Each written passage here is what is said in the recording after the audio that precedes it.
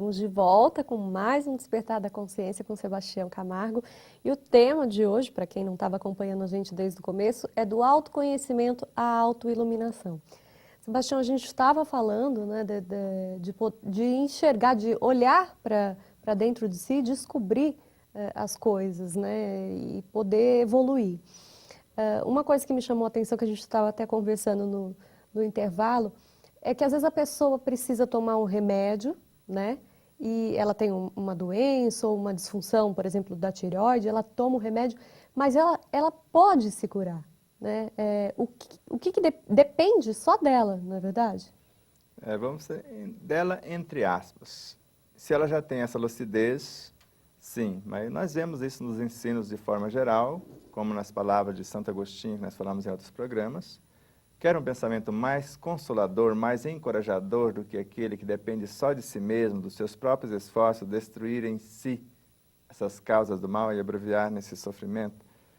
Então nós vemos que nós podemos, nós que já estamos conscientes dessa realidade, criar os estímulos para que o outro se interesse por isso. Então quando nós vemos a pessoa se comportar de forma grosseira, nós temos a oportunidade fantástica de sublimar o nosso universo, de chegar ao ponto de autoiluminação. Porque quando eu me compadeço do ser que está em desequilíbrio, do ser que está com essa enfermidade, eu vou começar a pacificar o meu próprio universo. Porque no exercício da piedade, como nós falamos, nós criamos mecanismos em nós, que nós chamamos de bioenergia, enriquecido pela nossa consciência, pelos nossos valores, e entramos no universo do outro. Isso a nível consciencial com a permissão dele. Porque de alma a alma. E vemos... junto com ele, nós começamos um trajeto da consciência ao universo mental, ajudá-lo a pensar em coisa diferente. Porque há essa permissão da consciência e nós começamos a criar ideias nobres. E ele vai pensar que está tendo inspirações.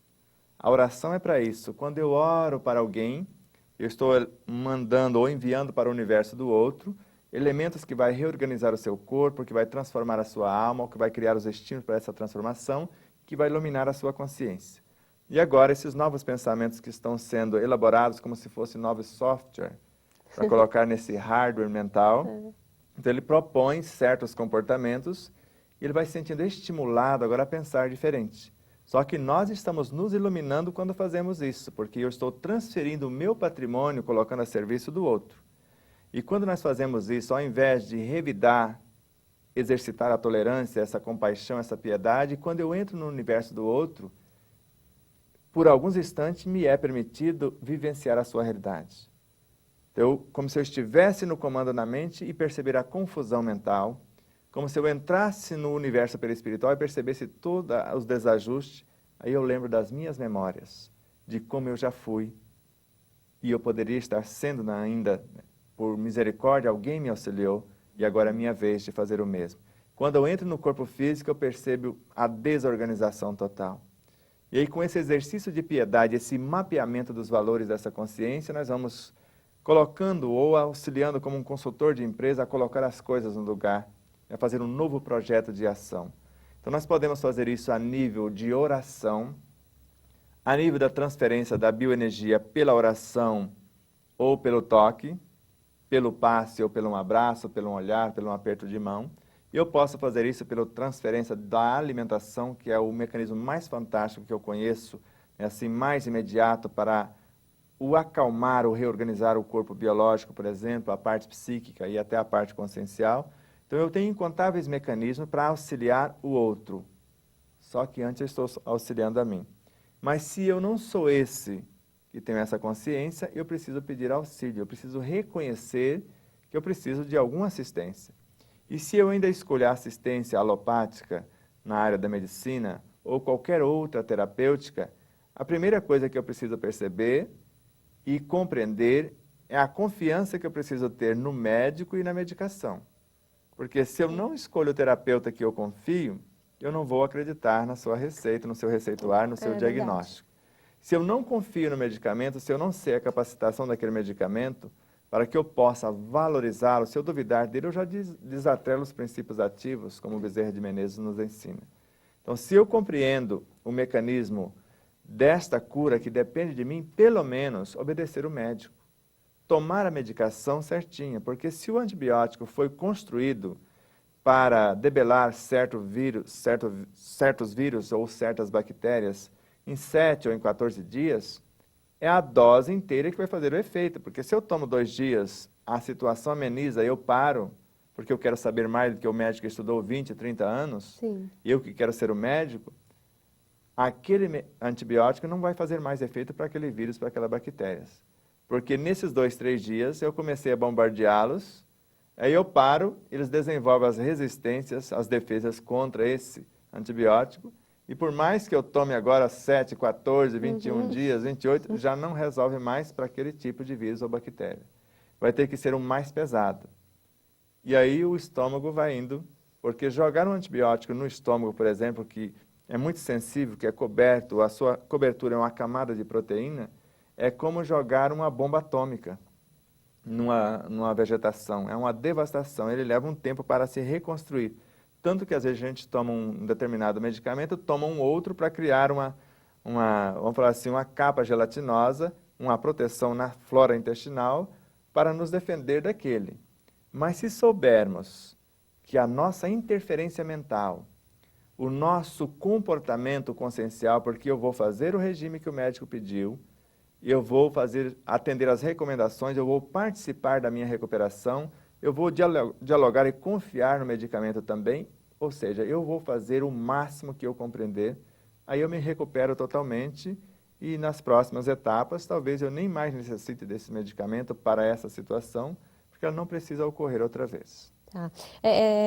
Do autoconhecimento e esse conhecimento, por exemplo, como você citou, do estômago, a gente não sabe nem às vezes como o nosso organismo funciona e não sabe a função de cada órgão, né, Sebastião? Tem pessoas que não sabem a função do esmalte do dente. E não sabem, por exemplo, que quando chupa uma laranja, ele não deve, de maneira nenhuma, escovar o dente antes de 20 minutos, meia hora. E ainda, após tomar o suco, põe um pouquinho de água na boca, faz um bochecho, tira o excesso da acidez que vai destruir o esmalte e manda para dentro do estômago lá, promove o pessoal. Sim. E se ele escovar imediato, a própria pasta já tem um elemento um pouco corrosivo, já para tirar o excesso, né, que ficou, e em contato com aquele elemento ácido, ele vai, né, destruir o próprio esmalte. E o esmalte não tem só a função de proteger o dente para a bactéria não entrar, a cárie se formar. Ele tem a função de encorajar a morte dos alimentos. A maioria não sabe disso. Não. Que são níveis conscienciais que vai apertar os alimentos e vai ensiná-los a morrer, para dar vida à nossa vida.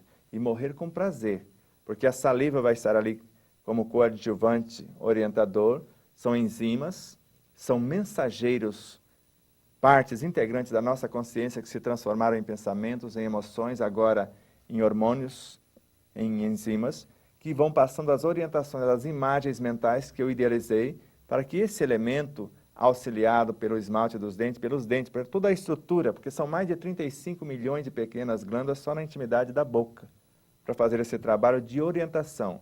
Mas se eu pego apenas chuto para lá, chuto para cá e mando para o gol, não dá tempo.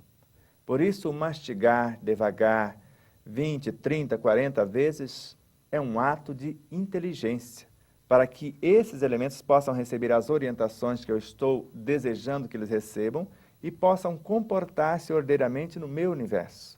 Então, quando nós vamos compreendendo por meio desse autoconhecimento, saber de tudo isso, esse autodescobrimento, fazer como isso funciona, esse autoamor, porque agora eu sei onde e como fazer com essas energias para que a coisa funcione, essa autorrealização, ensinar isso para o nosso semelhante através do exemplo e saber que todos esses elementos, a batatinha, o chuchu, o macarrão, qualquer coisa que está entrando orientado por essa moçada, inicialmente vai ser partes integrantes do meu corpo.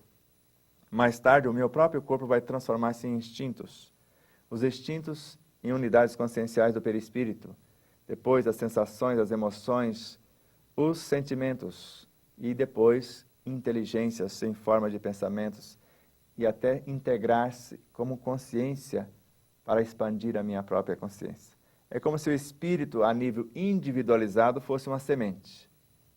E o universo mental fosse os nutrientes da terra, o universo perispiritual fosse os da água, o universo físico fosse os do ar, e assim por diante. E eu estou trazendo essa moçada para fazer parte da minha consciência, para que ela se expanda como individualidade a nível de seres imortais que são. Sebastião, depois do do auto se conhecer, né, quando a gente passa por esse processo, é o auto-amor depois? O autoconhecimento seria a gente ter uma noção de que somos constituídos, do que somos feitos. Autodescobrimento, como que isso funciona? Pelo menos o básico disso. Então, é anatomia, autoconhecimento. Fisiologia, autodescobrimento. Agora, autoamor é saber como colocar isso em ação para que possamos ordenar, para consertar. De repente, nós precisamos só mover energias de um ponto, por exemplo, energias de gordura para fortalecimento dos músculos. Que é o caso que nós fizemos. Tínhamos mais de 90 quilos, quase 96 quilos, o mapeamento da nossa necessidade real. Chegamos à conclusão que pela nossa atividade, pela nossa estatura, pela nossa anatomia, necessitaríamos apenas de 75 quilos de massa. Então fizemos um planejamento de promoção dessas gorduras acumuladas, desse excesso, e transformamos em músculos resistentes, ágeis, ossos mais fortes, né, e toda uma reorganização desse universo. Então baixamos de 96 para 75 quilos em 20 dias. Sem regimes, sem violências, promoção. Então, eu não estava expulsando ninguém. Então, esse é um processo que nós chamamos de autoamor. Agora, a autorrealização é quando a gente começa a dividir isso com os outros. E a gente vai falar disso no próximo bloco, então não sai daí.